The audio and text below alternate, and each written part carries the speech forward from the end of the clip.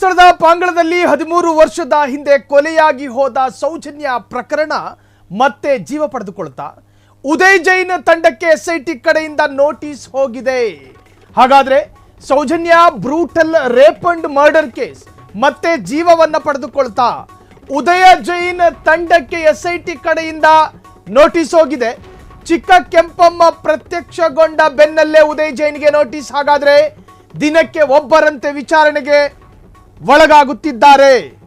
ಹೆಣ ಹೊರತೆಗೆಯುವ ತನಿಖೆ ನಿಂತ ಕೂಡಲೇ ಎಸ್ಐಟಿ ಸೈಲೆಂಟ್ ಆಗಿಲ್ಲ. ಎಸ್ಐಟಿ ಅಧಿಕಾರಿಗಳಿಂದ ನಿರಂತರ ವಿಚಾರಣೆ ನಡೀತಾ ಇದೆ. ನಿರಂತರ. ಇನ್ನೊಂದು ತಿಂಗಳಲ್ಲಿ ಎಲ್ಲ ಸತ್ಯಗಳು ಬಯಲಾಗುತ್ತೆ.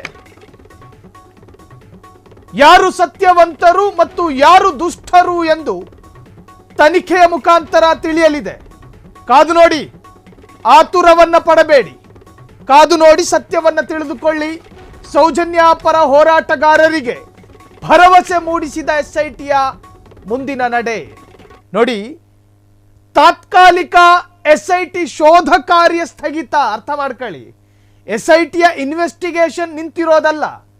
ಎಸ್ಐಟಿಯ ಹೆಣ ಅಗಿಯುವಂತಹ ಪ್ರಕ್ರಿಯೆಗಳಿದಾವಲ್ಲ, ಅದು ಈಗ ತಾತ್ಕಾಲಿಕವಾಗಿ ಸ್ಥಗಿತಗೊಂಡಿದೆ. ಜೆಸಿಬಿಗಳು ನಿಶ್ಚಲ ಆಗಿದ್ದಾವೆ. ಎಲ್ಲವೂ ಸ್ತಬ್ಧ. ಅದಕ್ಕೆ ಕಾರಣ ಏನು ಅಂತ ಕೇಳಿದ್ರೆ, ಈ ಹಿಂದೆ 13 ಸಮಾಧಿಯನ್ನ ಮಾರ್ಕ್ ಮಾಡಲಾಗಿತ್ತು. ಆ 13 ಸಮಾಧಿಗಳ ಪೈಕಿ 17 ಸಮಾಧಿಯವರೆಗೂ ಕೂಡ ಏರಿಕೆಯಾಗಿತ್ತು. 17 ಸಮಾಧಿಗಳನ್ನು ಕೂಡ ಅಗೆಯಲಾಯಿತು. ಆ ಪೈಕಿ 6 ಜೊತೆಗೆ ಮತ್ತೊಂದು ಸಮಾಧಿಯ ಅಕ್ಕಪಕ್ಕದಲ್ಲಿ ಒಂದಿಷ್ಟು ಸಾಕ್ಷ್ಯಗಳು ಪತ್ತೆಯಾಗಿದ್ವು. ಮನುಷ್ಯನ ಅಸ್ಥಿ, ಮನುಷ್ಯನ ಮೂಳೆ, ಅದನ್ನ ಫೊರೆನ್ಸಿಕ್ ಲ್ಯಾಬ್ಗೆ ಕಳುಹಿಸಿಕೊಡಲಾಗಿದೆ. FSL ಎಕ್ಸ್ಪರ್ಟ್ಗಳ ಅಧೀನಕ್ಕೆ ಕೊಡಲಾಗಿದೆ. ಅದರ ರಿಪೋರ್ಟ್ ಬಂದ ನಂತರ ಅಗಿಯುವಂತಹ ಕಾರ್ಯ ಮತ್ತೆ ಪ್ರಾರಂಭ ಆಗುತ್ತೆ. ಅದೇನೇ ಇದ್ರೂ ಕೂಡ ಎಸ್ಐಟಿಯ ಮುಖ್ಯಸ್ಥರಿಗೆ ಬಿಟ್ಟಂತಹ ವಿಚಾರ.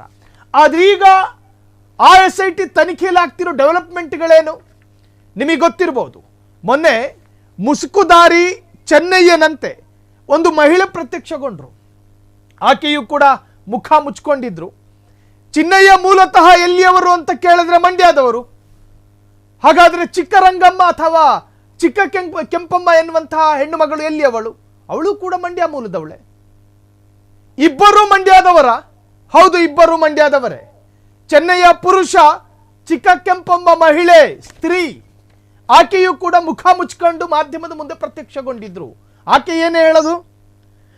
ಸೌಜನ್ಯಾಳನ್ನ ರೇಪ್ ಅಂಡ್ ಮರ್ಡರ್ ಮಾಡಿದ ಆ ವರ್ಷ ಅರ್ಥಾತ್ 2012 ನಾನು ಕೂಡ ಧರ್ಮಕ್ಷೇತ್ರಕ್ಕೆ ಹೋಗಿದ್ದೆ ಮಂಜುನಾಥನ ದರ್ಶನಕ್ಕೆ.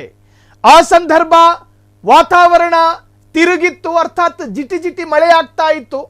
ಬಸ್ ನಿಲ್ದಾಣದಲ್ಲಿ ನಿಂತ್ಕೊಂಡು ಬಸ್ ವೆಯ್ಟ್ ಮಾಡ್ತಾ ಇದ್ದೆ ಅಥವಾ ರಿಕ್ಷಾವನ್ನು ವೆಯ್ಟ್ ಮಾಡ್ತಾ ಇದ್ದೆ. ಆ ಸಂದರ್ಭದಲ್ಲಿ ಒಂದಷ್ಟು ವ್ಯಕ್ತಿಗಳು ನನ್ನ ಕಣ್ಣಿಗೆ ಕಾಣಿಸಿದ್ರು.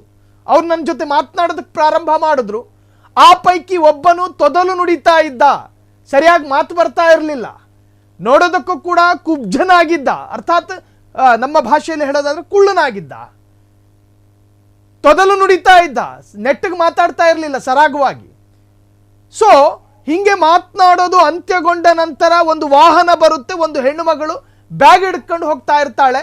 ಆ ಹೆಣ್ಣು ಮಗಳನ್ನ ಮುಖ ಮುಚ್ಕೊಂಡು ನೋಡುವ ಕಣ್ಣುಗಳಿಗೆ ಬಲವಂತವಾಗಿ ಎಳ್ಕೊಂಡು ಹೋಗೋ ಹಾಗೆ ಕಾಣ್ತಾ ಇತ್ತು. ಕೆಂಪಮ್ಮ ಹೇಳೋದಿದು. ಬಲವಂತವಾಗಿ ಒಂದು ಹೆಣ್ಣು ಮಗಳನ್ನ ಹೊತ್ಕೊಂಡೋದ್ರು ವಾಹನದಲ್ಲಿ. ಆ ದಿನ ಮಂಜುನಾಥನ ದರ್ಶನ ಮಾಡಿ ನಾನು ಮನೆಗೆ ಹೋದೆ. ಮನೆಗೆ ಹೋದ ನಂತರ ನನ್ನ ಮನೆಯಲ್ಲಿ ಟಿವಿಗಳಿರಲಿಲ್ಲ. ಅಕ್ಕಪಕ್ಕದ ಮನೆಯಲ್ಲಿ ಟಿವಿ ನೋಡೋ ಹವ್ಯಾಸ ನನಗಿತ್ತು. ಅಕ್ಕಪಕ್ಕದ ಮನೆಯಲ್ಲಿ ಟಿವಿ ನೋಡ್ತಿರ್ಬೇಕಾದ್ರೆ ಧರ್ಮಸ್ಥಳದಲ್ಲಿ ಹೆಣ್ಣು ಮಗಳೊಬ್ಬಳನ್ನ ರೇಪ್ ಮಾಡಲಾಗಿದೆ ಎನ್ನುವಂತಹ ಸುದ್ದಿ ಬರ್ತಾ ಇತ್ತು. ನಾನು ಧರ್ಮಸ್ಥಳದಲ್ಲಿ ನೋಡಿದ ಹೆಣ್ಣು ಮಗಳು ಜೊತೆಗೆ ಟಿವಿಯಲ್ಲಿ ನೋಡ್ತಾ ಇರುವಂತಹ ಸುದ್ದಿಯಲ್ಲಿ ಕಾಣಿಸುವಂತಹ ಹೆಣ್ಣು ಮಗಳು ಒಂದೇ ತರಹ ಇದ್ರು. ಚಿಕ್ಕ ಕೆಂಪಮ್ಮ ಹೇಳೋದಿದನ್ನ. ನನ್ನ ಜೊತೆ ಮಾತನಾಡ್ತಾ ಇದ್ದಂತಹ ವ್ಯಕ್ತಿ ತೊದಲು ನುಡಿತಾ ಇದ್ದ ಅಂತ ಈ ಮಹಿಳೆ ಹೇಳಿಕೆಯನ್ನು ಕೊಟ್ಟಿದ್ರು.